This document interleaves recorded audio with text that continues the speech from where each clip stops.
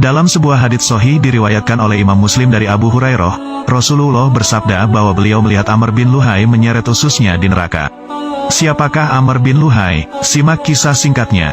Dahulu, Mekah dipimpin oleh Nabi Ismail dan keturunannya. Kemudian kekuasaan berpindah ke suku Jurhum. Lalu suku Jurhum diperangi dan diusir oleh suku Huza'ah. Dan sebelum terusir, suku Jurhum menimbun sumur Zam-Zam agar suku Huza'ah tidak mendapat air ketika mereka berkuasa.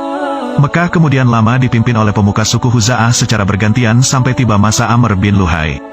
Ia tumbuh dalam lingkungan yang penuh kedermawanan dan saat itu, bangsa Arab masih menyembah Allah tanpa menyekutukannya sebagaimana ajaran Nabi Ibrahim.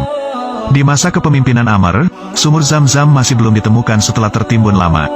Sehingga air sulit didapat dan kesulitan itu bertambah ketika hujan tidak kunjung turun, sementara mereka harus menjamu jamaah haji. Suatu hari, Amr pergi ke negeri Syam, dan tibalah ia di sebuah tempat yang penduduknya menyembah berhala sebagai perantara meminta hujan. Amr kemudian merespon baik perilaku ini. Ia anggap ini bukan penyelewengan, padahal ini adalah tindakan keji luar biasa karena menyekutukan Allah. Ia lalu membeli dan membawa berhala bernama Hubal untuk diletakkan di Ka'bah.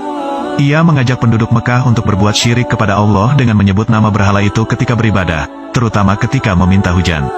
Perilaku syirik ini terus meluas dengan mengajak bangsa Arab yang saat itu beribadah haji, untuk ikut juga menjadikan berhala sebagai perantara, menyebut namanya ketika berdoa, menjadikan sesembahan, dan lain sebagainya.